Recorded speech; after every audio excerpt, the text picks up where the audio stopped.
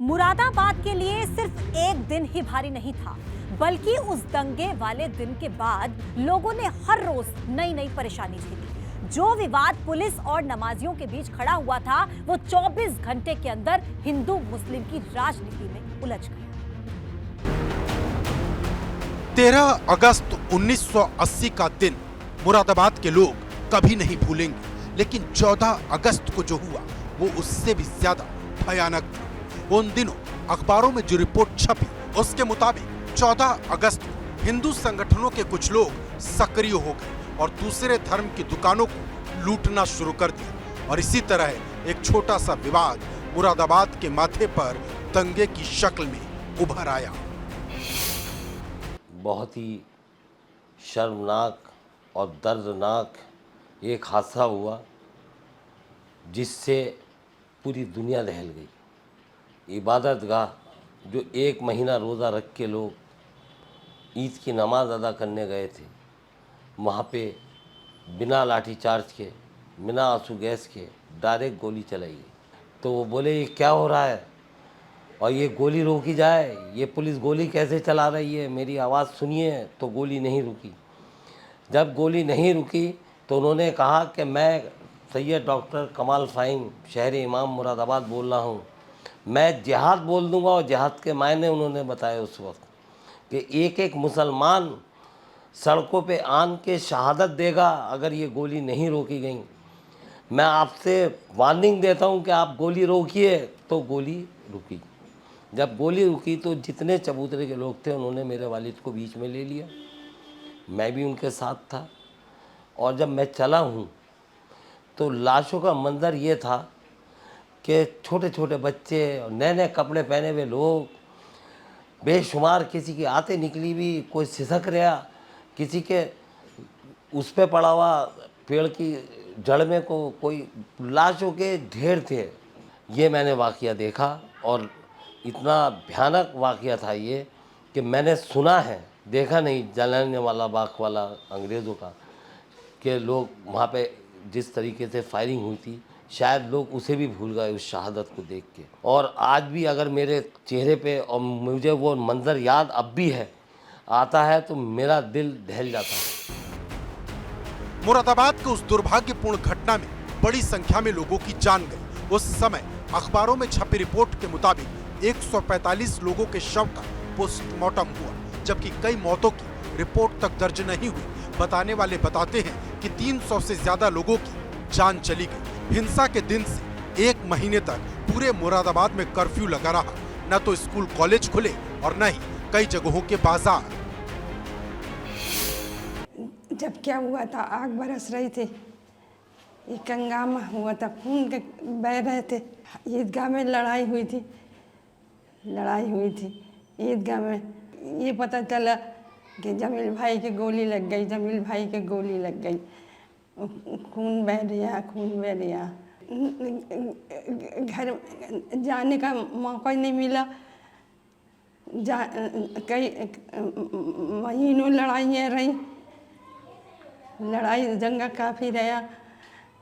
तो डर के मारे हम गए नहीं कि हमें न मार दें। तो अब हम अकेली थे, लड़की को छोड़ के कहाँ जाती, कहाँ धक्के खाती। कुंवारी लड़की थी, 14-15 साल की, और नौकरी भी नहीं मिली और दुकान भी नहीं मिली। अब परेशानियाँ सामने आई कि जो परेशानियाँ ना आई थी वो सामना करना पड़ा। अब हम जानते हैं और अल्लाह जानता है कि हमने कैसे गुजारा करा। कभी नहीं लौटे। और अल्लाह जो हमारे मोहल्ले के थे उन्होंने देखी कि जमील भाई ख़त्म हो गए।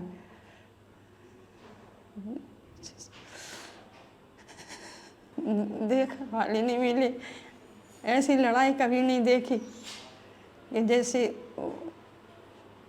उस आ रही। अक्टूबर की शुरुआत में जैसे ही कर्फ्यू में ढील दी गई, फिर से दंगे शुरू हो गए। उन दिनों छपी रिपोर्ट के मुताबिक उस दौरान भी 14 लोगों की जान गई। जिले में तीसरी बार कर्फ्यू लगाया गया। और कर्फ्यू हटने के बाद भी माहौल ऐसा हो गया कि लोग दूसरे समुदाय के मोहल्लों में जाने से डरते थे। कर्फ्यू लगने के पहले 5 दिनों में 1300 लोगों को गिरफ्तार किया गया था। इनमें से आधे कर्फ्यू का उल्लंघन करने वाले थे। हालात इतने डराने वाले थे कि अगस्त में शुरू हुई हिंसा का असर नवंबर तक अलग अलग इलाकों में दिखाई देता रहा। उस वक्त मैं और मेरे फादर नमाज पढ़कर हम लोग आए थे और घर आकर हम लोग एज यूजुअल मीठा वगैरह खा रहे थे। तब पता चला सड़क के पर हल्ला होने लगा। हम लोगों ने जाकर देखा तो कुछ झगड़ा का सा लग रहा था कि कोई झगड़ा हो गया। फिर हम लोग अपने दरवाज़ा वगैरह बंद करके अंदर आकर बैठ गए। करीब आधे घंटे बाद हमारे यहाँ पुलिस वालों ने कोई दस्तक दी तो मेरे फादर ने जाके दरवाज़ा खोल दिया। तो वो लोग कहने लगे कि हम लोग आपके घर की तलाशी लेंगे। तो मेरे फादर ने कहा कि चलिए आइए ले लीजिए तलाशी। और उसमें तलाशी लेने के लिए उन लोगों ने मेरे फादर जो जेंट्स लोग थे उन्हें अलग कर दिया, मेरे बड़े भाइयों को सबको अलग कर दिया, लेडीज़ को उन्होंने अलग कर दिया। तलाशी लेने के बाद जब उन्हें कुछ नहीं मिला तो वो लोग मेरे फादर और मेरे भाई को नीचे लेकर चले गए। तो नीचे चलिए, कुछ फॉर्मेलिटी पूरी करनी है आपको। और उसके बाद उन लोगों ने उन्हें गाड़ी वगैरह में बिठा लिया और उसके बाद से आज तक उनका पता नहीं वो कहाँ चले। मेरे फादर प्लस मेरे 3 भाई जो कि जवान लोग थे, जो बड़े बड़े लोग थे, जो कमाने वाले लोग थे, उन ही चारों को ले गई। 80 में यहाँ राइड हुआ, बलवाई आए थाने पर, उन्होंने थाने को नुकसान पहुँचाया और पुलिस ने उसके अगेंस्ट उसके अपोजिट जो है वो हमारे यहाँ घर पर अटैक किया, मदर को शूट किया, स्पॉट वो ख़त्म हो गई। इस दौरान कोई साहब नहीं आया, हमारे यहाँ कोई मदद नहीं मिली। 3 दिन तक डेड बॉडी हमारे यहाँ घर पर ही रखी रही। इस पीरियड में 3 दिन के दौरान रामपुर नवाब मिक्की मियाँ मुरादाबाद आए, वो अपने साथ डेड बॉडी को ले गए। उसके बाद हमें कोई इत्तला नहीं मिली हमारी वालदा की, तो मदर की। बहन भाई थे और छोटे भी बड़े भी बराबर में पनाह लिए हुए थे। अगर शायद हम लोग यहाँ से अपने घर से अगर पनाह नहीं लेते वहाँ पड़ोस में तो शायद वो हमें भी शूट कर देते। उसके बाद ये गलशहीद पे बलवाई आए, उसके बाद में पुलिस ने घरों में तोड़फोड़ की और घरों में घुस कर के आगजनी की और लठिया से भी मारा, डंडों से।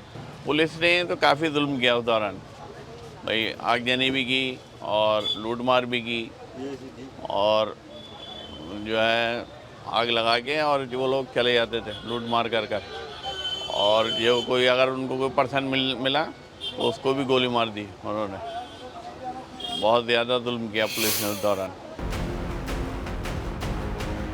वक्त के साथ ही दंगे की यादें तो धुंधली हो गई, लेकिन कई परिवार आज भी उसका दंश झेल रहे हैं। तत्कालीन राज्य सरकार ने बाद में एक जांच आयोग का गठन किया। एकमात्र सदस्य वाले इस आयोग में इलाहाबाद हाईकोर्ट के तत्कालीन जस्टिस MP सक्सेना को शामिल किया गया। आयोग ने 20 नवंबर 1983 को रिपोर्ट सौंप दी। हालांकि ये रिपोर्ट कभी सामने नहीं आई, लेकिन अब 40 साल के बाद योगी सरकार उस रिपोर्ट को विधानसभा के पटल पर लाने की तैयारी में जुट गई है। मुरादाबाद से उबैदुर रहमान के साथ ब्यूरो रिपोर्ट ABP गंगा।